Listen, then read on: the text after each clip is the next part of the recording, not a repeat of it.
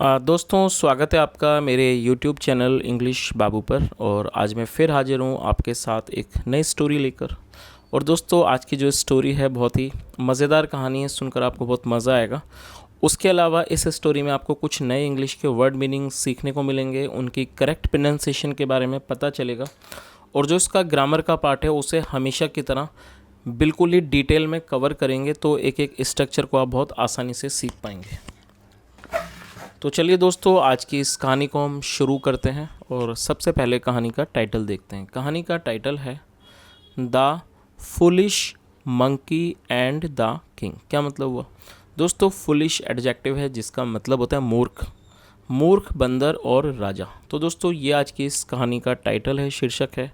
अब मैं इसे पढ़ना शुरू करता हूँ। आपसे रिक्वेस्ट है आप इसे बिल्कुल ध्यान से सुने। यदि आपको कोई नया वर्ड या फिर ग्रामर का नया स्ट्रक्चर देखने को मिले तो आप उसे नोट भी ज़रूर करें। तो चलिए इसको शुरू करते हैं। Long long ago there lived a king who was very fond of monkeys. क्या मतलब हुआ? लॉन्ग लॉन्ग अगो मतलब कि बहुत समय पहले, या कह सकते हैं बहुत पहले। देयर लिव्ड अ किंग, एक राजा रहता था। और दोस्तों ये हमारा पास्ट इंडेफिनिट का अफर्मेटिव वाक्य है जहाँ पर वर्ब की सेकंड फॉर्म का प्रयोग किया जाता है। Who was very fond of monkeys. Who एक रिलेटिव प्रोनाउन है। जब हम किसी से कोई भी रेफरेंस देना चाहते हैं तो वहाँ पर हु का प्रयोग किया जाता है। और फॉन्ड ऑफ का मतलब होता है शौकीन होना। Who was very fond of monkeys जो मतलब जो बंदरों का बहुत शौकीन था। तो इस पूरी लाइन का क्या मतलब हुआ? Long long ago there lived a king who was very fond of monkeys मतलब बहुत समय पहले एक राजा रहता था जो बंदरों का बहुत ज़्यादा शौकीन था। One big monkey used to serve the king as his personal attendant. क्या मतलब हुआ दोस्तों? इस वाक्य में यूज टू का प्रयोग किया गया है। और आपने अक्सर देखा होगा यूज टू का प्रयोग, कई बार आपने इस तरह के सेंटेंसेस सुने होंगे। यूज टू का प्रयोग पास्ट में किसी भी आदत को या फिर किसी भी कंसिस्टेंसी को दिखाने के लिए किया जाता है। और यूज टू के बाद हमेशा ही वर्ब की फर्स्ट फॉर्म का प्रयोग किया जाता है। और सर्व का मतलब होता है सेवा करना। तो इस लाइन का क्या अर्थ हुआ? वन बिग मंकी मतलब एक बड़ा बंदर use to serve the king, वो राजा की सेवा किया करता था। एज का मतलब तौर पर, as his personal attendant. Personal का मतलब होता है निजी और अटेंडेंट का मतलब होता है सेवक, उसके निजी सेवक के रूप में। तो इस पूरी लाइन का क्या मतलब हुआ कि एक बड़ा बंदर राजा की सेवा किया करता था उसके निजी सेवक के तौर पर। चलिए आगे देखिए। The king considered him to be as intelligent as a human being. क्या मतलब हुआ दोस्तों? ये जो वाक्य है इसके यही भी हमारा पास्ट इंडेफिनिट का अफर्मेटिव वाक्य है जहाँ पर सेकंड फॉर्म का प्रयोग किया गया है। और ये जो वर्ड है कंसिडर, इसका मतलब होता है मानना। तो आप इसे नोट कर सकते हैं, ये एक वर्ब है कंसिडर मतलब मानना, और ये सेकंड फॉर्म है। तो इस लाइन का क्या मतलब हुआ? The king considered him to be as intelligent as a human being मतलब राजा उसे इतना बुद्धिमान मानता था जितना एक इंसान को। When the king took rest in his bedroom the monkey use to sit beside him like his personal bodyguard. क्या मतलब हुआ? और दोस्तों ये टेक की सेकंड फॉर्म है और ये भी हमारा पास्ट इंडेफिनिट का वाक्य है, पास्ट इंडेफिनिट का affirmative sentence.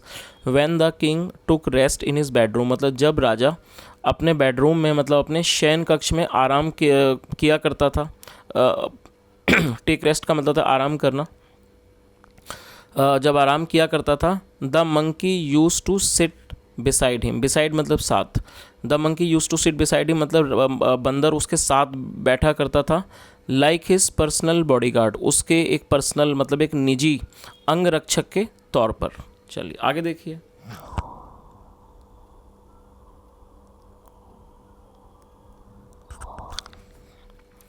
Once the king returned to his palace after many days. और दोस्तों ये भी हमारा पास्ट इंडेफिनिट का अफर्मेटिव वाक्य है।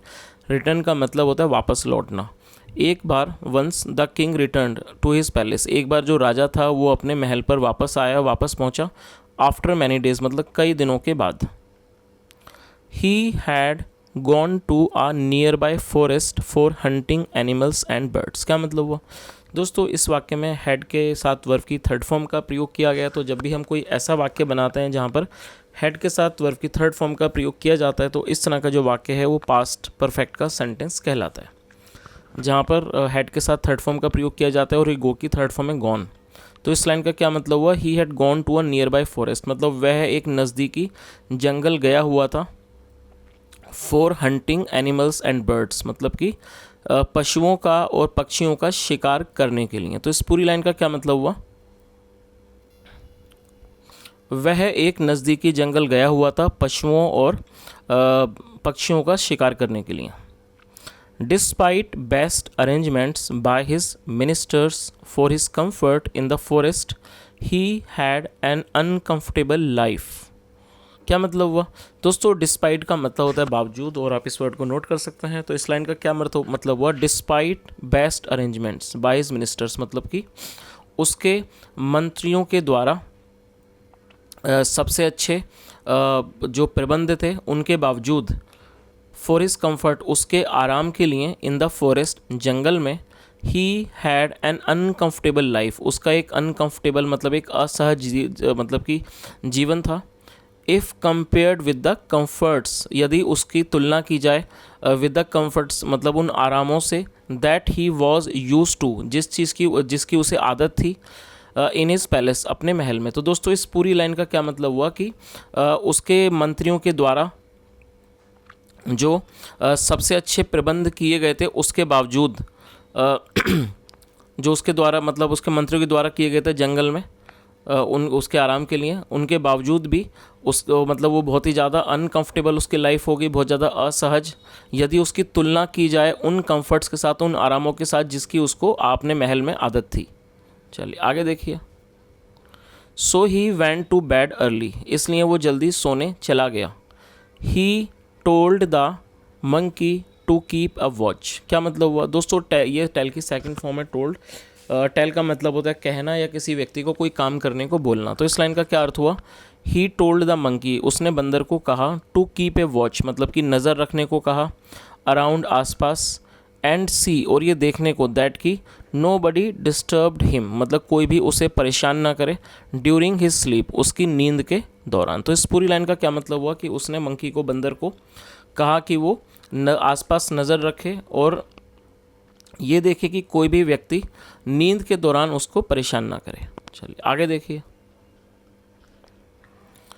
The monkey sat near king's bed with a naked sword in his hand. क्या मतलब हुआ, ये सिट की सेकंड फॉर्म है। तो क्या इस लाइन का क्या अर्थ हुआ, जो मंकी था, the monkey sat near king's bed, जो बंदर था वो राजा के बेड के नज़दीक बैठ गया, विद अ नेकेड स्वॉर्ड एक नंगी तलवार के साथ, इन हिज हैंड अपने हाथ में, and started guarding his master और स्टार्टेड गार्डिंग हिज मास्टर और अपने मालिक की रक्षा करने लगा।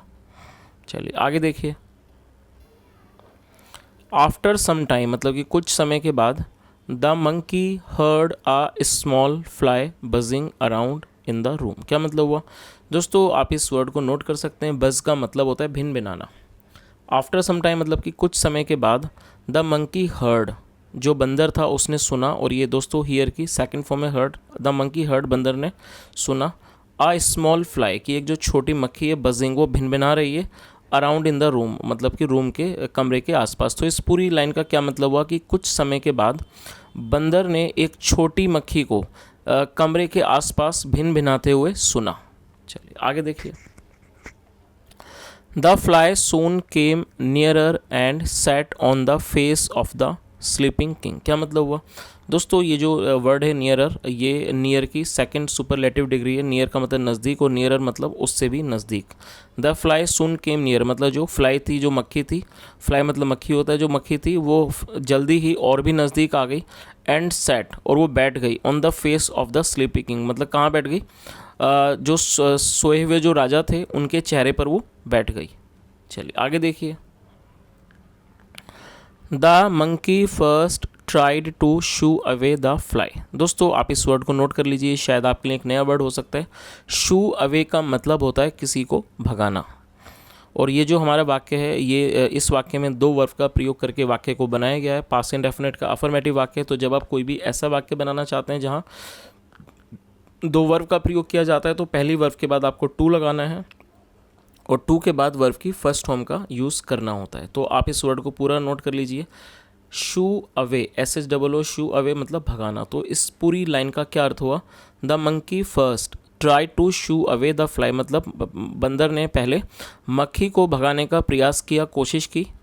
But it kept on hovering over the Kings face. और दोस्तों होवर का मतलब होता है मंडराना, आप इस वर्ड को नोट कर सकते हैं, मंडराने को होवर कहा जाता है। तो इस लाइन का क्या अर्थ हुआ? But it kept on hovering, लेकिन, और ये जो इट है ये प्रोनाउन है। और दोस्तों आप इस वर्ड को भी नोट कर सकते हैं कि जो इट है वो एनिमल्स के लिए यूज़ किया जाता है, और लेकिन ये जो थी कैप्ट ऑन होवरिंग वो भिन्न भिन्न मंडराती रही ओवर द किंग्स फेस, राजा के चेहरे के ऊपर। तो दोस्तों यहाँ तक आपको अच्छे से समझ आ गई होगी कहानी कि जो बंदर था उसने उसे भगाने की पहले उसको भगाने की उसने बहुत कोशिश की, लेकिन वो जो थी वो बार बार मतलब कि वो मंडरा रही थी। कहाँ मंडरा रही थी? ओवर द किंग्स फेस, राजा के चेहरे के ऊपर।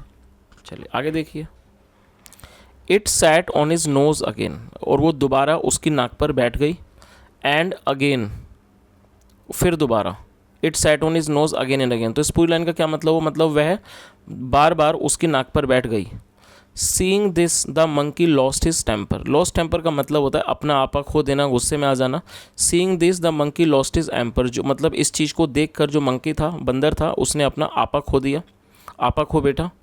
ही decided to kill the fly, और उसने डिसाइड किया, मतलब उसने तय किया। डिसाइड करने का मतलब तय करना, किसी चीज़ का फैसला लेना, निर्णय करना। He decided to kill the fly, उसने उस मक्खी को मारने का फैसला किया। So when the fly set on the king's nose again, तो जब वो जो मक्खी थी वो दोबारा से राजा के नाक पर बैठी। The monkey hit it with the sword, जो बंदर था उसने उसको तलवार से मारा। हिट मतलब मारना, hit it with the sword मतलब उसको तलवार से मारा।